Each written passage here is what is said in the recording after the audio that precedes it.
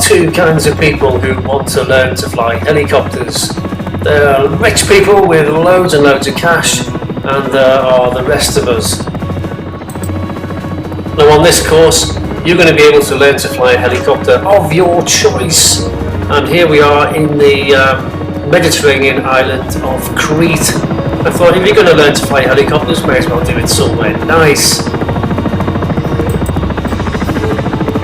Now the reason I chose this particular helicopter is because it's completely free.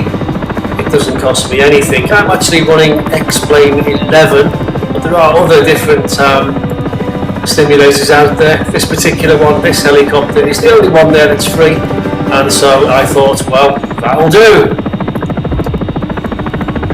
Now this is going to be a fun course. We're going to have fun, and we're going to seriously learn how to fly helicopters as well.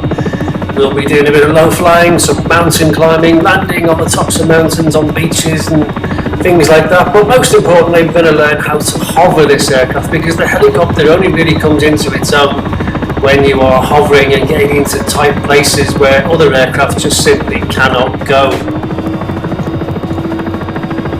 Now the great advantage of the helicopter is, of course, you can take it anywhere. Anywhere that's flat and solid you can land. Obviously you don't want to land in a swamp or a bog or on a slope, but you can fly off, as I say, and you can land anywhere you want pretty much.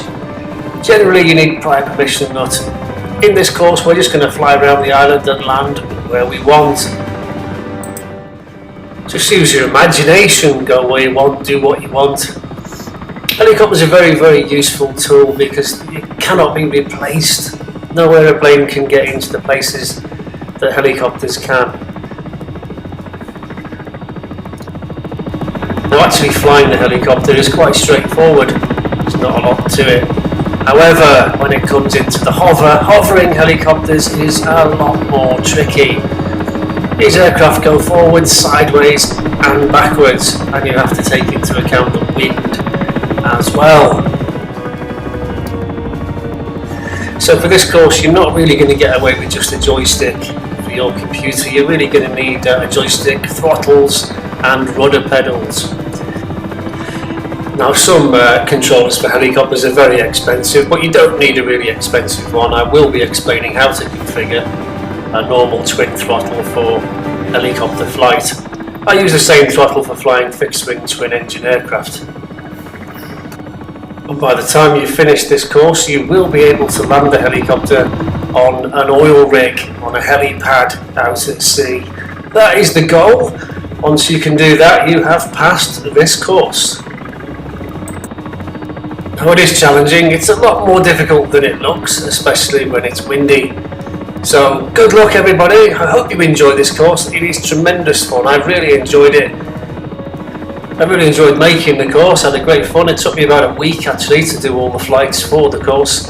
And if you can get all this way to the end and actually land on an oil rig, you've definitely got what it takes to go down to the flying school and learn to fly a helicopter and get a license for one. You will of course spend tens of thousands just in cash, so you just throw it away to the wind unless you've got a purpose for it. So my advice to you is learn to fly the helicopter on the simulator long before you go anywhere near a flying school. Thanks for watching.